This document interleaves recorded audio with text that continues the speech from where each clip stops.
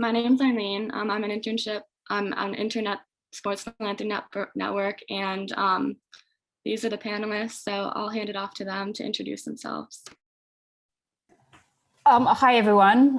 Fantastic to be on this panel talking about minorities in sports. My name is Amazon Letty, and I'm a LGBTQ advocate, athlete, keynote speaker, and I'm the only Asian LGBTQ athlete to simultaneously hold 6 LGBTQ sports ambassador roles around the world. All the work that I do is very high level work with governments around the world, sports organizations, Fortune 500 companies around how to champion equality through the lens of sports and the challenges and barriers that specifically Asian and Asian LGBTQ people face in sports. And I would just like to welcome Shay Wallach, involved in inclusion at the NCAA, to introduce himself as well. Thank you so much, Amazon, for kicking it off to me. So indeed, my name is Shay Wallach. I serve as I'll start with my pronouns are he and him, and I serve as the Assistant Director of Inclusion at the NCAA. In terms of background, I've been engaged in DE&I work for almost 4 years now, so still a student of it, really, if I'm being honest. I've just obtained my master's in sports management from the Autonomous University of Barcelona, and I spent my time there exploring the intersection between DE&I, diversity, equity, and inclusion, or in short DE&I, with corporate social responsibility in sports organizations. So interesting stuff there.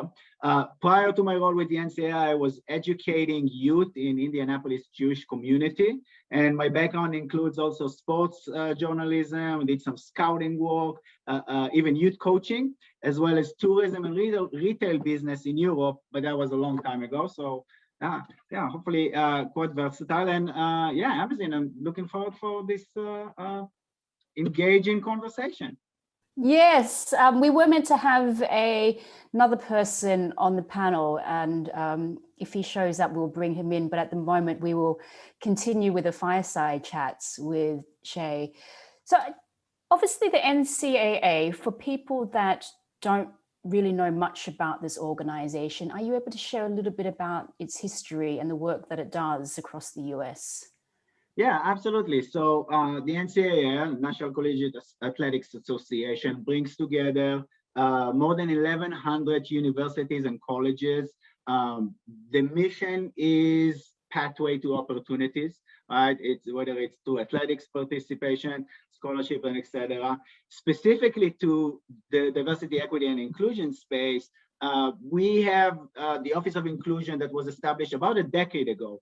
That's where the national office has started to hear from the membership, from the member institution, the need in guidance, in resources, and in tools for athletic departments and campuses who wanted to be more inclusive, but weren't quite sure how to get there. And today we have 5 main pillars of inclusion, which are race and ethnicity, LGBTQ, student athletes with disabilities, international, and gender equity. We do our work, we conduct our work internally for the 500 plus employees at the national office, but of course from the membership itself, which is a challenge because more than 1,100 universities and colleges, that's really a spectrum in terms of where they are with DE&I readiness.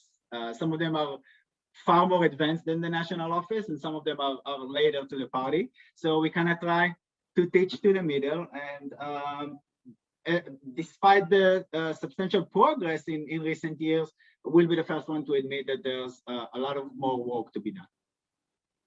You know, I think for many sports organizations and teams, and I think, for many, sports leaders that are listening today, there's always this struggle of how do we engage minority groups to participate in sports? I mean, I look at the Asian community, and when we're looking at, at college level, and then, that journey to professional level, we just don't have the Asian representation that we should see. So I'm just wondering, from your organization point of view, is that, how are you tackling this issue? Because, it's not a template that you can just use for Asian community, for Black community, for Latino community, for LGBTQ community. Every community is very unique and has, obviously a unique lens that we have to look through to engage that community. Yeah, absolutely, spot on. So the student athletes body is really increasingly getting more and more diverse. We actually use a lot of demographics to dive into that, and we compare those demographics data points between now and 5 years ago and 10 years ago. So we see that organically, demographic is changing. We know that in American society, and that is reflected on campuses. However, there is a gap, obviously, between the student body and those who engage in athletics and in student athletes, minorities. So I think there's a lot of work, grassroots work that needs to be done, and is taking place in some communities more than in others, that is really in to bring potential future athletes into the pipeline as kids. Eventually, when they get to the college level, this is where we step in, me and my unit, which is again the Office of Inclusion. So we really try to help the athletics department and campuses understand the need in being intentional, in being proactive, in bringing folks into the table, and make sure that the space that they are walking into is safe, is respectful, is accessible for everyone, which is obviously not always the case. And that is where the work is to be done, to shift the culture in a lot of athletics departments in order to make it more inclusive, which would hopefully make it easier for those coming up from the pipeline and participate in collegiate level. Obviously, the US is a massive country. And then when you're looking at all 50 states, you have, some colleges that are predominantly African-American. Obviously, if you go into California, in some places, predominantly Asian American. And then obviously, if you maybe go into Texas, they're full of immigrants. What are the specific challenges that you faced when it has come to, participation in sports and D&I, when you're going into these different states and these colleges? Some of them obviously are very unique in terms of the demographic there. Yeah, indeed, the membership, as I mentioned, is a spectrum in terms of DEI readiness, and we know that ties in a lot to geographic location. It ties into the demographics of communities in which an institution or a sports organization resides in. So there's definitely challenging. We're in a unique spot since, as a national office, we can't really dictate to the membership what to do.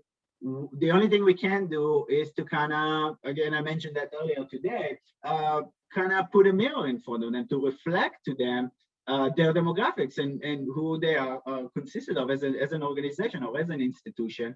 But again, the needs for those institutions varies from state to state, from community to community. As you mentioned, some of the historically Black colleges and universities might have that need around specific D&I topics, while if you go to the East Coast, perhaps Northeast, more white male dominated, certainly in leadership role, which is an important point to bring up as well.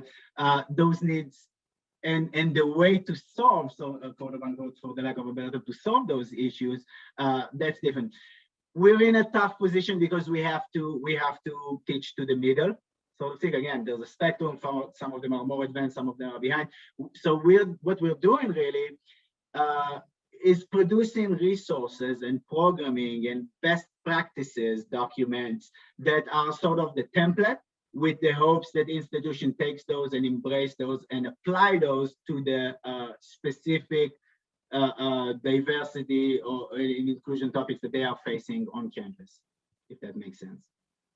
And do you provide any bridging support from, obviously you have an athlete, they're playing in college sports, we see they're really good and they need to take that leap to recruitment to go to, you know, the pro level as they're transitioning out of college. You know, do you help provide any kind of bridging support with then, you know, the next stage sports organizations and then obviously that athlete? So about 98% of the close to 500,000 student athletes that are in universities and colleges right now, 98% of them will not transition into professional career. That means that in athletics, that's pretty much the end of their journey.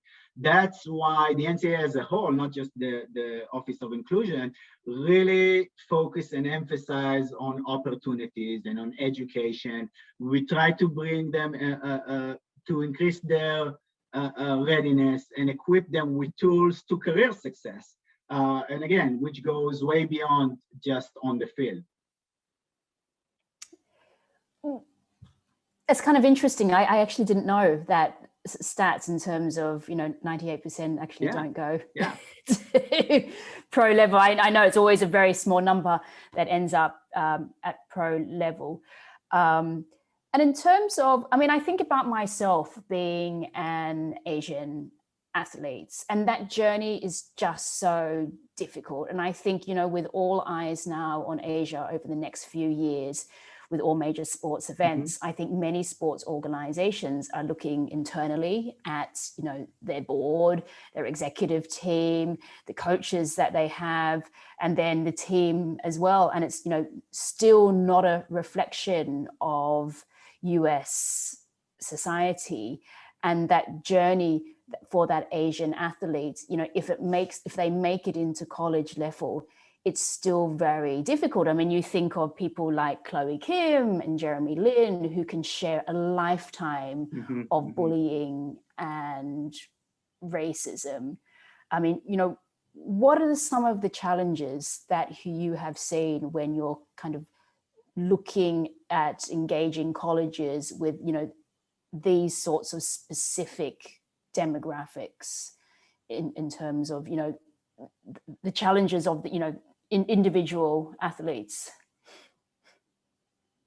You know, we receive so many approaches, more than we can handle, if I'm being honest, about instances. And so what we're trying to do is to find trends, to find recurring themes, things that have come up in more than once or twice, and then try to address it with our small team.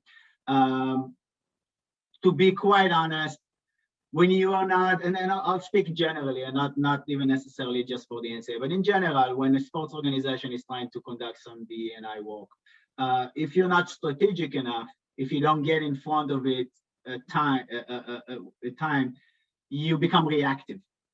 And then when something happens, such as you know, the unfortunate or horrible incident in Georgia a few months ago, then suddenly the sports organization take out their moral compass, right, and say, oh yeah, we gotta make sure that we're inclusive enough for our Asian friends, for our Asian stakeholders. So I would say that is a challenge. It's just more social issues that anyone can cover, to be quite honest. But to focus a little bit on solutions, if I may, I'll tie it back to the demographics point that I've been talking about in the beginning. And that's what we're doing with institutions, and universities and colleges are competing in athletic conferences. So think about it as a bunch of 10 or a dozen colleges and universities that are competing mostly among themselves.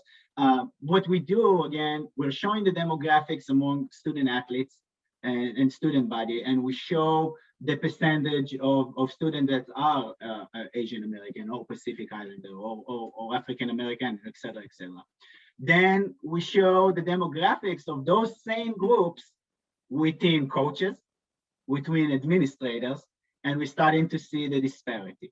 Then if you dive even deeper and you make a distinction between entry-level athletics administrator and senior level decision makers, you see that it's overwhelmingly, of course, white men.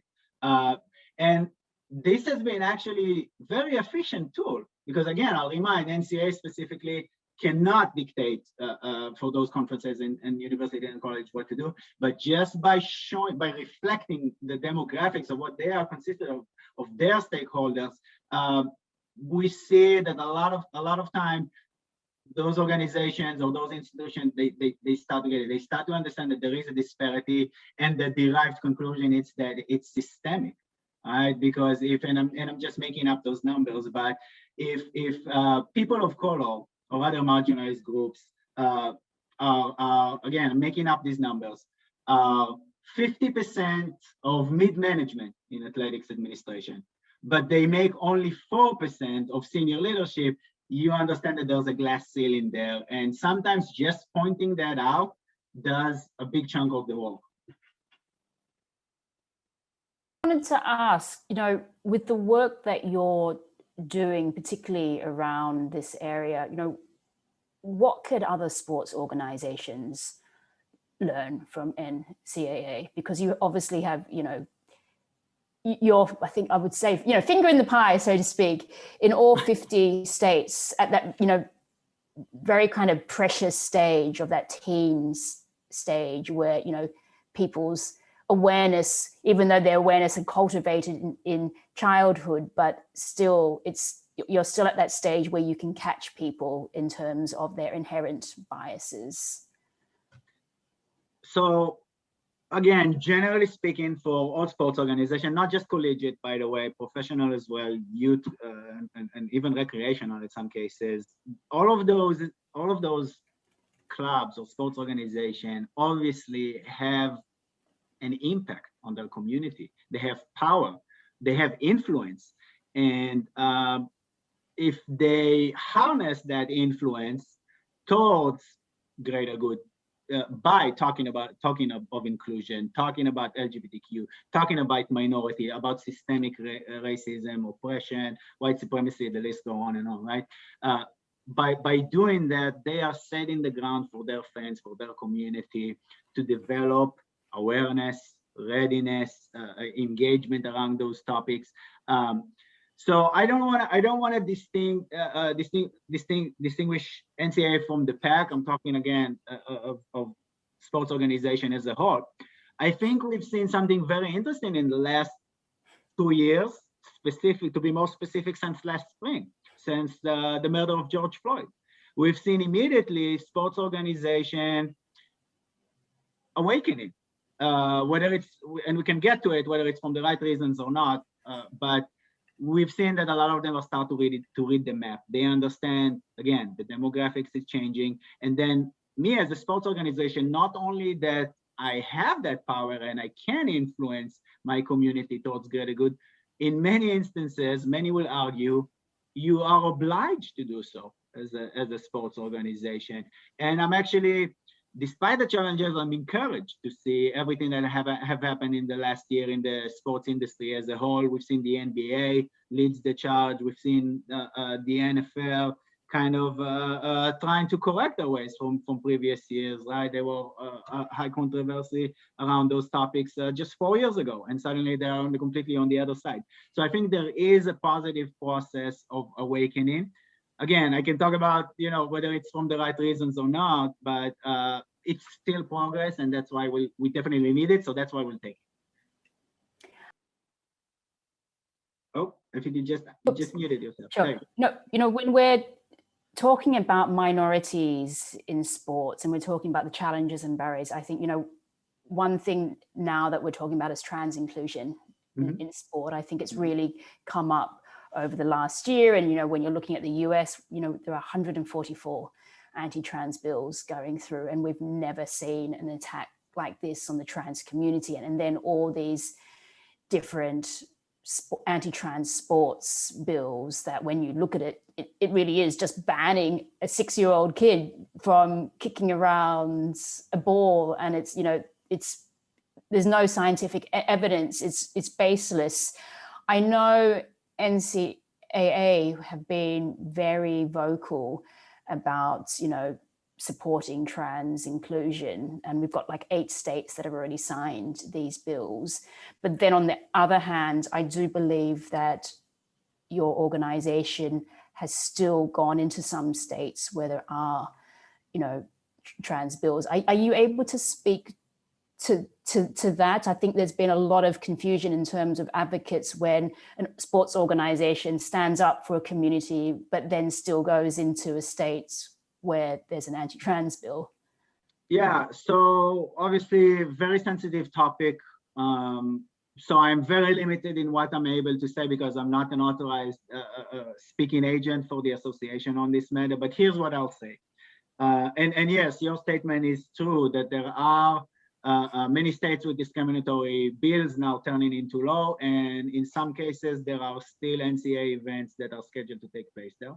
Whether that will change or not, again, that depends on the membership itself, because the decision making, and this is an important clarification, the decisions that are being made by committees.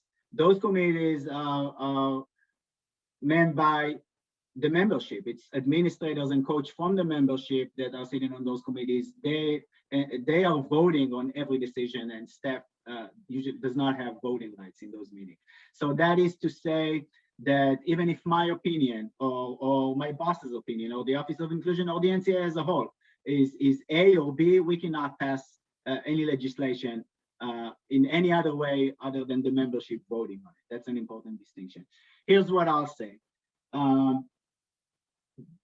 The NCAA does believe and is committed to diversity and equity and inclusion as a whole, and transgender participation as a part of it. Obviously, it's now being put into test with all of those bills and turning into laws in many, many states. So there's going to be some developments to one direction or another in the really near future. Us as an Office of Inclusion, we have a lot of resources and a lot of efforts and a lot of time dedicated towards trans inclusion, towards education efforts, towards producing, again, written policies or recommended best practices.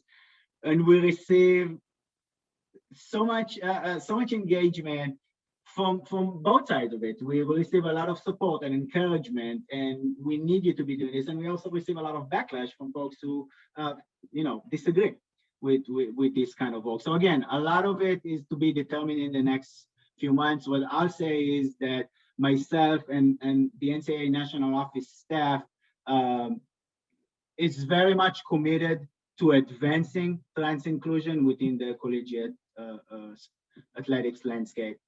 That's what I'm able to give at this point. Surely you'll understand. Sure. No, thank you. I mean, look, I'm from the LGBTQ community. And I think in the last year, with athlete activism around the BLM movement, and then with so many more LGBTQ people coming out. And then we've obviously now, our first NFL, our next NFL player who's just come out. It's like, it's still so difficult for people from the LGBTQ community to be authentic in sports, because it's like compounding on, particularly if you're from a minority group, and then on top of that, the LGBTQ community. Are you able to kind of talk about some of the best practices that you're doing at the college level that sports organizations and sports leaders listening today might be able to take away and utilize them in their own sports environment? Yeah, absolutely. So, and this, again, I think it's true whether we're talking about ethnic and racial minorities or we're talking about LGBTQ, I would say marginalized groups as a whole. So we talked about demographics and just that reflection. If you're a sports organization, do that review. See who is where, what is the demographic background in terms of gender, in terms of race and ethnicity at the entry level, and then as you go high up in the pyramid, usually you'll see a disparity. So that we've already touched on that. One more important thing is to be able, as an organization, to listen to your stakeholders, your staff, your fans, your athletes. Right? You have to be, again, proactive and intentional. You have to create spaces for folks. Let's talk about employees as an example, okay? If you're a sports organization, you have to create the space for folks to share whether or not they feel they belong, that they are respected, even safe. That's not even, in many places, that's not even the case. So I would say that would be the first or the lowest hanging fruit, if you will. Create a space for folks to share, whether it's you surveying them or you're creating some sort of dialogue and conversations that are taking place. You gather that feedback to learn about their experiences and how they are actually feeling, just to eliminate your blind spot, to start to understand that the sports organization, where is it that you must be, what areas that you must be addressing. And then in the next step, the next natural step is to create policies. If you have staff or stakeholders that are reporting back that they do not feel that they belong, or they are not feeling they are respected or safe, obviously that needs to be addressed. And the only way it can be addressed, I'd say, it's through written policies. Right? It's very hard at a business environment or sports organization to intercept those microaggressions, and it's putting that burden on those marginalized individuals to try and intercept and say, hey, that was offensive. No, that burden should not be on them. It should be on the organization to say, okay, I've heard an issue can't come up more than once, more than twice. I'm going to address it with a written policy of what is acceptable in our culture and what is not. And then two more points that I'll share is around hiring practices. Right? We usually see that folks hire people that look like them. And a lot of time it's masked behind all kinds of job descriptions, or even we're going to hire for the right cultural fit. No, if you hire for the cultural fit, you will hire people that look like you and they have the same background. Instead of that, you have to be intentional in diversifying your candidates pool even. And how would you do that? By making sure that you're working with search firms that are addressing that, they are geared toward hiring diverse talent, or at least bring to the table diverse candidates. And in order to do so, and this is my last point here, you have to build the pipeline. The number one excuse that you'll hear about diverse hiring is that we want to be more diverse, but only white male showed up, right? Only white male applied for the job. And again, if you'll just wait for that to happen, there are systemic barriers that are preventing those of marginalized identities from even reaching that. The industry is not accessible to them. So again, building the pipeline is equipping with tools those who might be at advantages. Now I'll take it into specifically to my space. What we're doing is with student athletes and with young professionals that are either from minority, racial minority or ethnic minority, with those who may identify as LGBTQ. Again, we bring them into programming, into workshop. We help them. It might be as basic as helping them with resume and CV, or creating some sort of program that they can earn a certificate at the end. Again, this is efforts to put tools in the toolbox to help build a pipeline, to help those folks get into the pool of candidates. And then hopefully enough organizations are going through this process of reflecting on their hiring practices and to be able to make those choices at the end. Thank you. And I've just seen that Angel Lopez has joined us. If you'd like to unmute yourself and introduce yourself to everyone, Angel. Hi, how you doing? My name is Angel Lopez. I'm the director of the NFL Alumni and Latin Relations.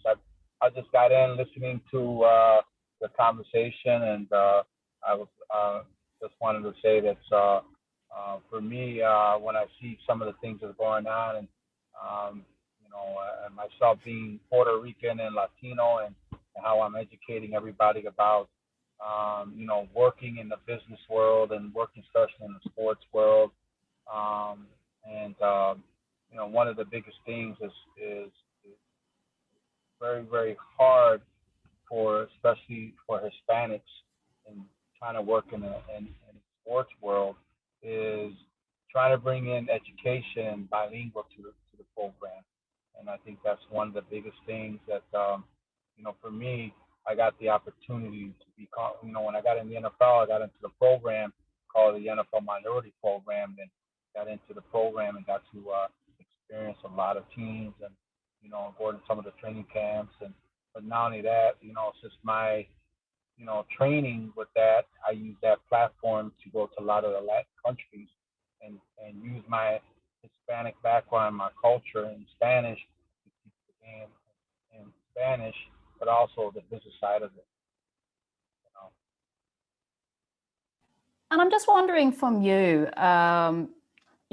what are some of the unique challenges and barriers that Latinos face in entering into the sports world as an athlete, and then, in sports business? And I'm so glad you asked that, because I just finished talking to a good friend of mine in Puerto Rico, and let's talk about that, because and this is in every level. I'm going to go at every level, so I'm going to go the low level first. See, in Puerto Rico, even Puerto Rico is kind of part of the United States. Their high school teams cannot compete with United States because they cannot be a part of scrimmage, putting games and playing those teams in the United States, because some of the associations do not recognize Puerto Rico as a part of the U.S. In Puerto Rico, there's youth football and high school football, and then there's adult football. And it's full contact, and so it's a major challenge. So, for example, there's a couple kids who deserves, to go play college football in the States. Well, there's no college coaches coming up there. There's no NFL people coming up there. There's a lot of talent. But here's the difference. Every sport is recognized different. So, for example, Major League Baseball recognized Puerto Rico as a top-notch baseball. Everybody comes out of the baseball, and I found it very challenging when I saw the difference of disparity of the sport, because they didn't recognize Puerto Rico as an actual football. Well, in 2013 and 15, a small all-star team from the States came to Puerto Rico to play a team from Puerto Rico, and Puerto Rico dominated that game, which you can see it on YouTube. You can find it on YouTube. Blew away that team. I think it was from New York and one was from Georgia, and blew them away, and still not being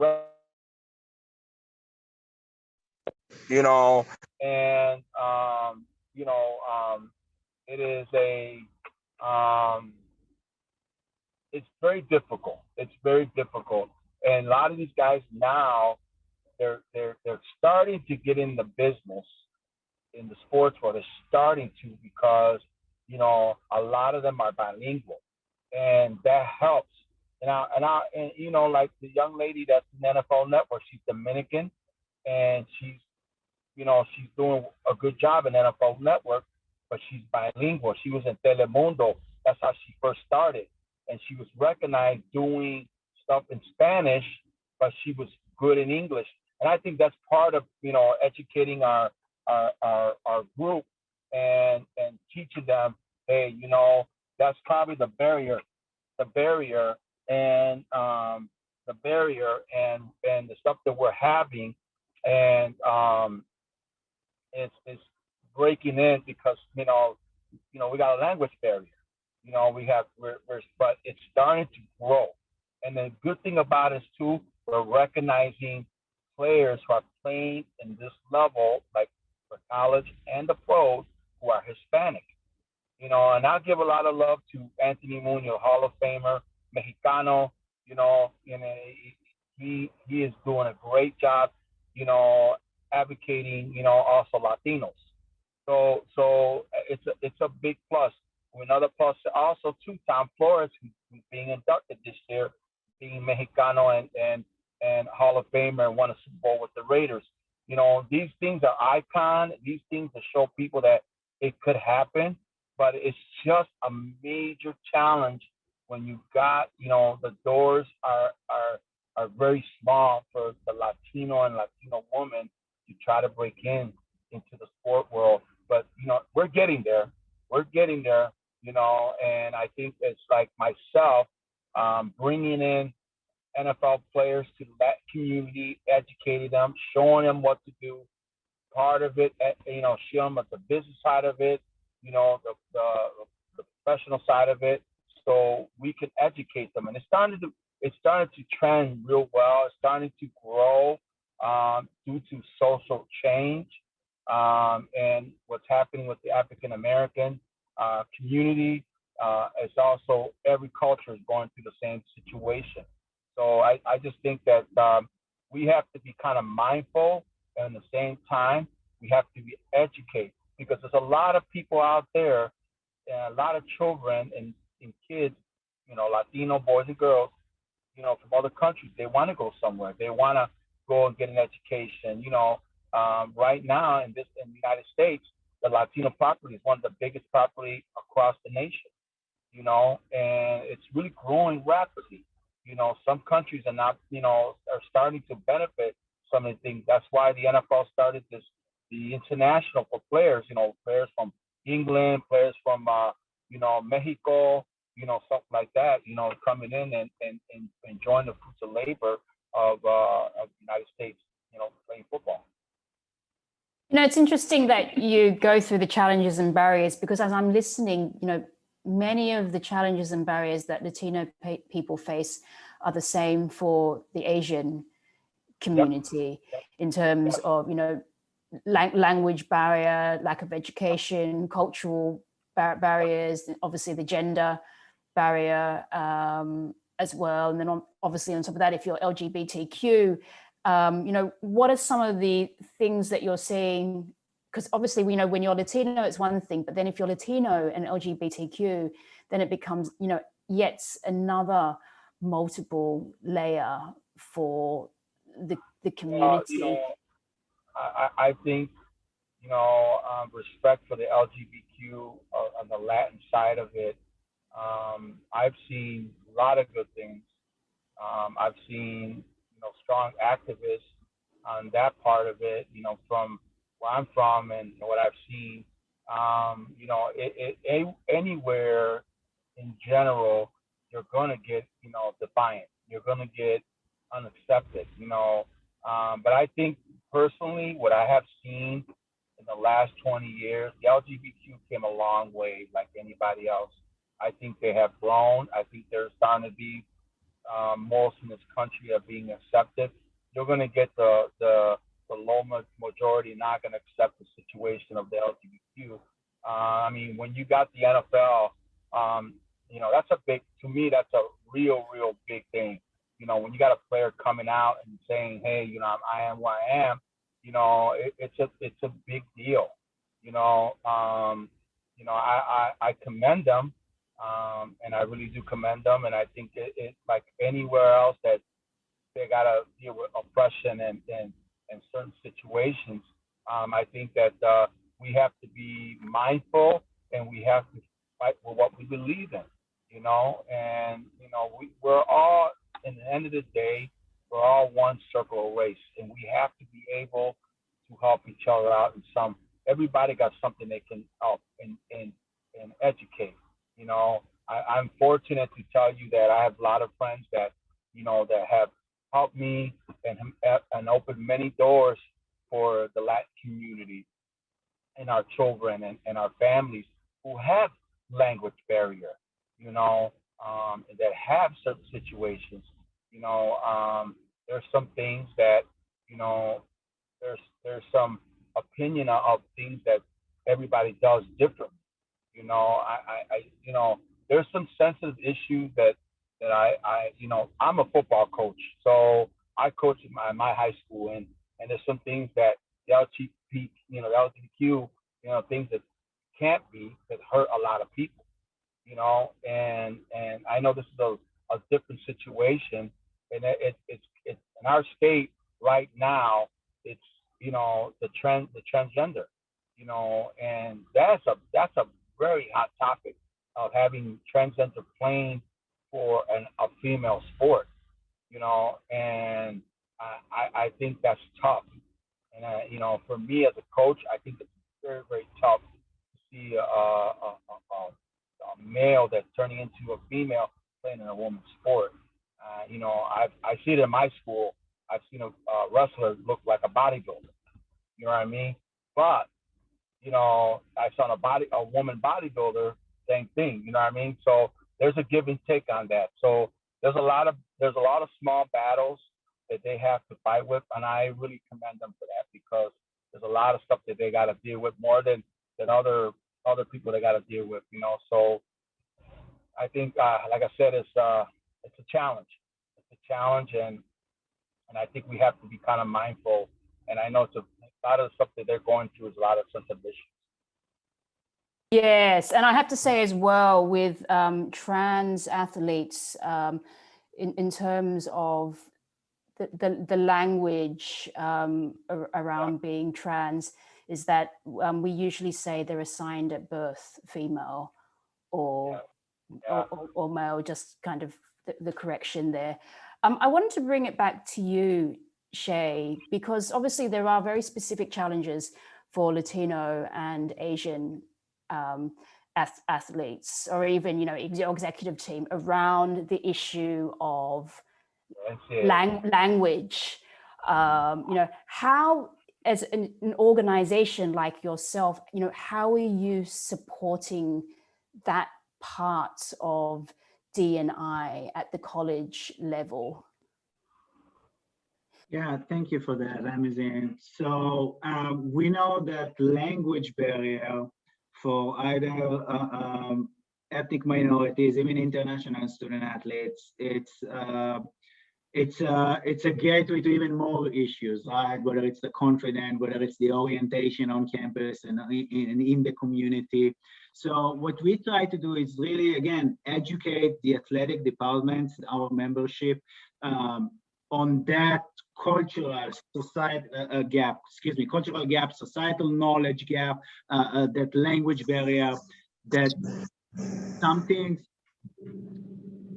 who might be taken for granted for Americans really work differently in other countries, or for people from specific backgrounds, and you really need to not just go through the motion, but really explain those, really take the time to make sure that everyone that is in your space, whether you're a sports club, whether you're an athletic department at a university, that everyone that is in your space have some guidance, have some allyship, have someone that is having their back. And again, language barrier, the challenge doesn't stop there for people who face that barrier, because as I mentioned, it got to do with their connectivity to campus, with the connectivity with their teammates. So again, us, we position uniquely because there are so many institutions in the membership. So what we focus on, again, is educating those who teach and lead the student athletes on the court and off the court, and just making them aware of those barriers and everything, the chain of barriers that creates. We're just looking at now wrapping up the panel discussion. We've come to the end. So I just kind of wanted to hear from you, Angel and Shay, just kind of your last words in terms of, what can people take away from D&I and inclusion in sports, from your organization and the work that you do, Angel, as a coach and with the NFL. If you wanted to start, Shay. Well, for me, I think is we have to be a community activist in sports. We have to keep fighting on a daily basis to make things better for the minorities, so they can get the same thing that regular people are getting, instead of being judged by language barrier or who they are. And I think that's something that education plays a big role, and communication plays a big role. And then that's what I believe in. That's what I've been working hard at it, to educate our community and businesses how to work together and for the common greater good. Thank you. Yeah, I echo that sentiment, and I'll end with this. And I'm citing an author named Beth Dunn here that says, you have most organizations look at the privileged, tech-savvy, wealthy, able-bodied, white, straight, cisgender, Anglo-centric male experience as the standard, and then everything else is other or diverse. So I challenge and encourage folks who might be listening right now to seek ways to place that other, quote unquote, in the center of things instead of that. And then mind one more thing. We all have multiple identities and they all intersect. They are all part of our experience. And what I mean by that is, for example, I am Jewish. So that's a religious minority. I'm also an immigrant living in the United States. So marginalized, if you will. However, I'm also white, I am a cisgender, and I'm a male. So I benefit from those privileges, while so many out there, for reasons out of their control, obviously, are being discriminated against. So again, for not being part of these groups. So that is to say that one can be privileged in one aspect and then marginalized in another.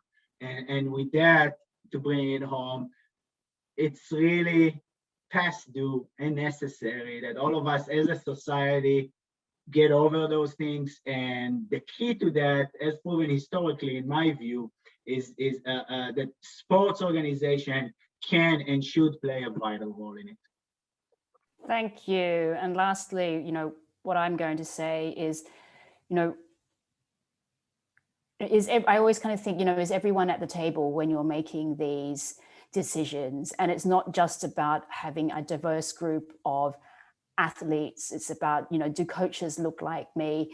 What about your board, your executive team? Do you have policies in place in terms of, LGBTQ inclusion, trans inclusion in sports, anti-discrimination laws as well? And it's just been, mindful also to the cultural sensitivities as well. We're not just a tick box, and it's not just a template that you can replicate across Latino people, across African Americans and Asian Americans and LGBTQ people. And there are many resources and tools that are out there as well. And sports has a responsibility to speak up. And I think, in a time where we've seen the BLM movement and, the anti-trans bills going through and the Stop Asian space, sports has this power to change hearts and minds. And I think at all times we have to uphold the mission of sports, that it needs to be welcoming for everyone. And on that note, thank you so much, Shay and Angel, for this wonderful and thought-provoking conversation, and everyone tuning in to the panel discussion this afternoon. Thank you. Goodbye. Thank you for moderating, Amazon. Thank you then. Goodbye. Bye. Thank you so much for coming to speak. Bye.